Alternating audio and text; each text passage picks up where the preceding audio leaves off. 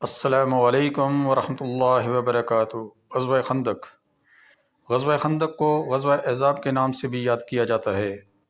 یہ جنگ شوال کے آخر میں 5 ہجری میں شروع ہوئی اور ذی العقد میں ختم ہوئی۔ سرکار دو عالم صلی اللہ علیہ وسلم نے اس جنگ میں مدینہ منورہ کی دفاع کے لیے طویل خندق کا آثار قائم فرمایا، اسی لیے یہ غزوہ خندق یا جنگ خندق کے نام سے مشہور ہوئی۔ اس جنگ میں مشرکین اور یہود قبائل نے مل کر مدینے پر چڑھائی کی۔ یہ لشکر 21,000 کا تھا۔ عرب میں اس سے قبل اتنا بڑا لشکر کبھی جمع نہیں ہوا تھا۔ اس میں جنوب سے قریش اور مشرق کی جانب سے کئی قبائل شامل تھے۔ انہوں نے مدینہ منورہ کو گھیرے میں لے لیا۔ بلا شبہ یہ سخت امتحان تھا۔ اس میں دشمنوں کے دلوں کی کدورت واضح ہو گئی۔ اس کا ذکر قرآن میں بھی آیا ہے، جس میں منافقوں کے دلوں کے رو کی بات کی گئی ہے کہ وہ کس طرح کی باتیں کرتے ہیں اور اللہ اور اس کے رسول کے وعدے کو جھوٹ قرار دیتے ہیں۔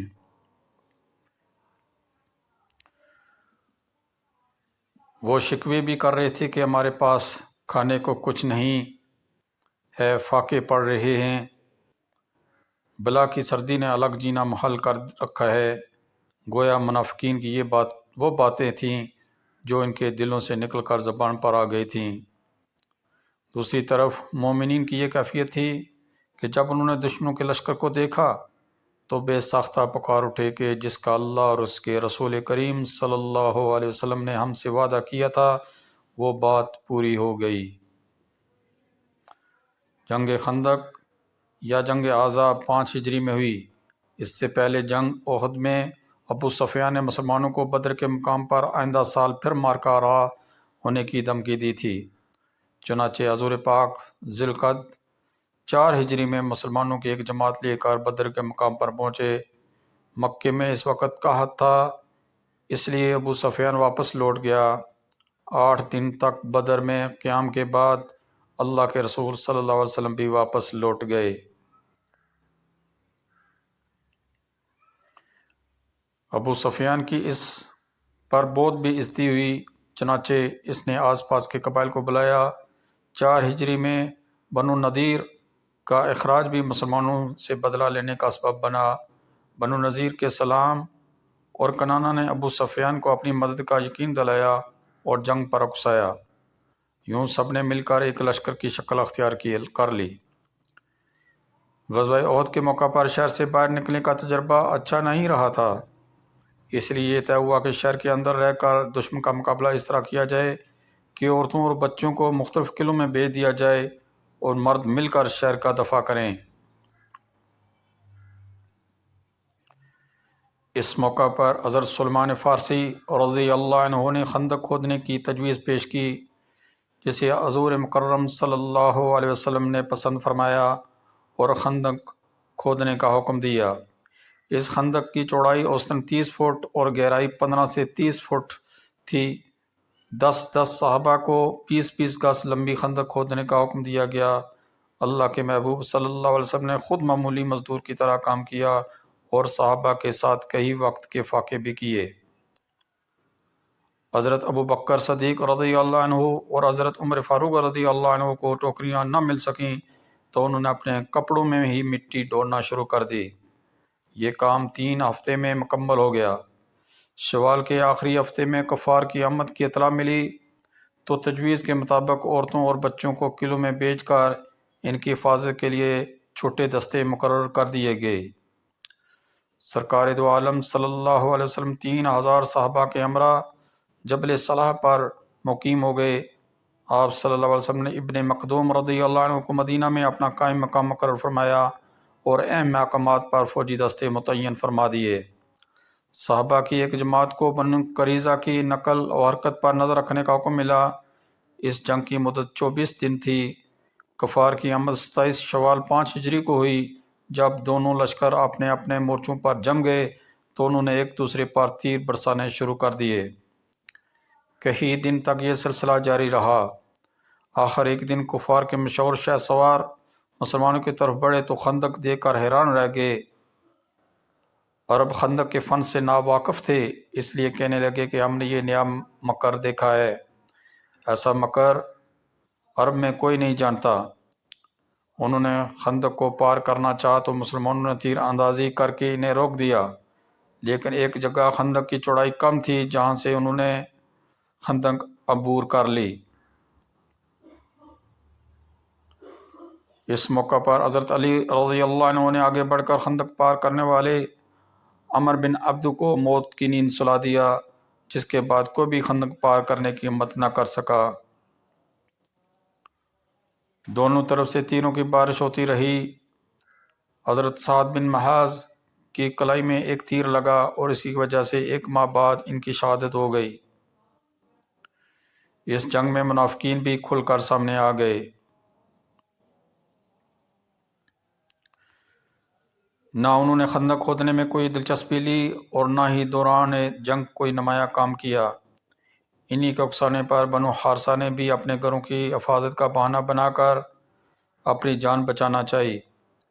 بنو قریظہ کا یہودی قبیلہ بنو نذیر کے بگاوے میں آ کر معاہدہ شکنی پر آمادہ ہو گیا۔ جب یہ اطلاع نبی کریم صلی اللہ علیہ وسلم کو ملی تو آپ صلی اللہ علیہ وسلم نے سعد بن عبادہ رضی اللہ عنہ، سعد بن معاذ اور عبداللہ بن رواحہ رضی اللہ عنہ کو حالات جاننے کے لیے بھیجا۔ ان حضرات نے وہاں مخالفت کی لہر دیکھی تو واپس آ کر نبی پاک صلی اللہ علیہ وسلم کو اصل حالات سے آگاہ کیا۔ یہ وقت مسلمانوں کے لیے سخت آزمائش کا تھا۔ خطرات نے منافقین کو طعنے تشنے کا موقع دیا۔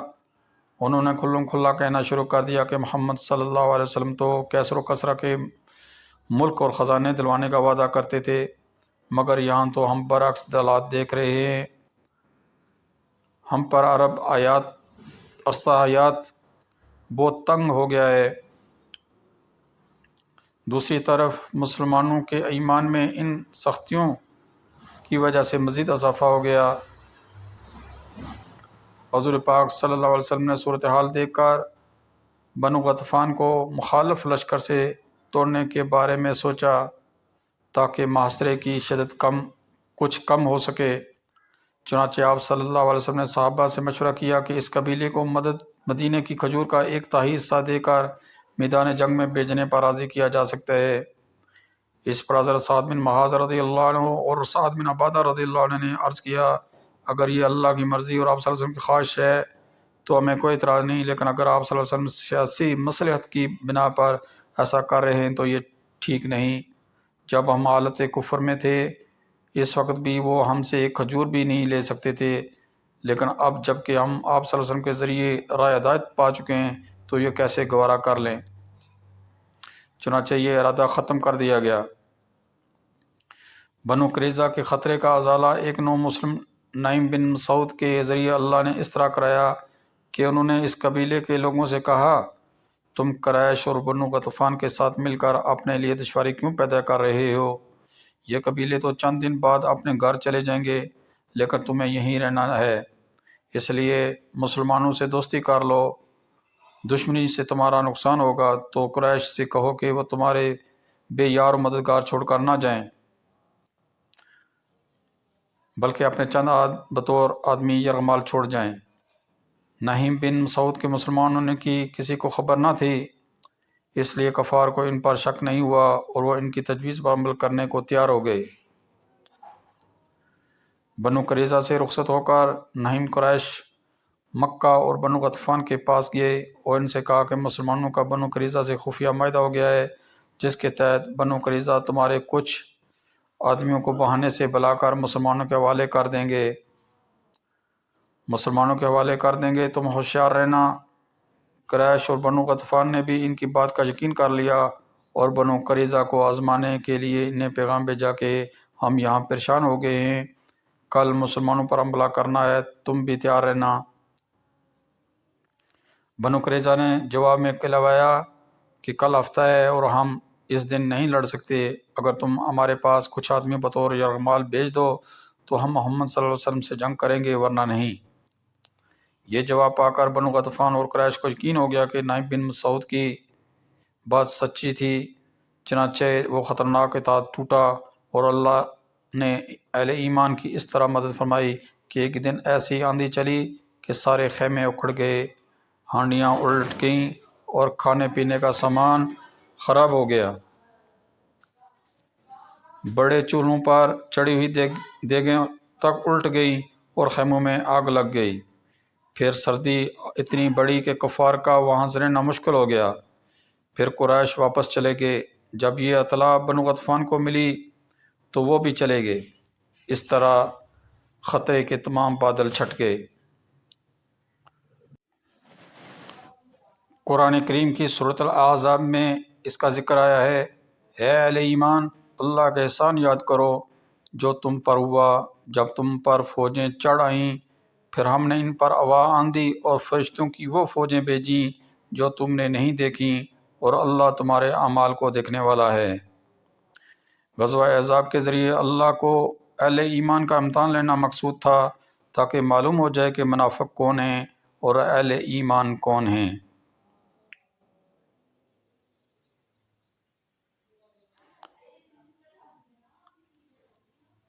آندھی طوفان کے بعد صبح ہوئی تو مسلمانوں نے دیکھا کہ میدان خالی تھا۔ اس موقع پر رسول کریم صلی اللہ علیہ وسلم نے ارشاد فرمایا، اب دشمن تم پر حملہ آور نہیں ہو سکتے بلکہ اب تم ان پر چڑھائی کرو گے۔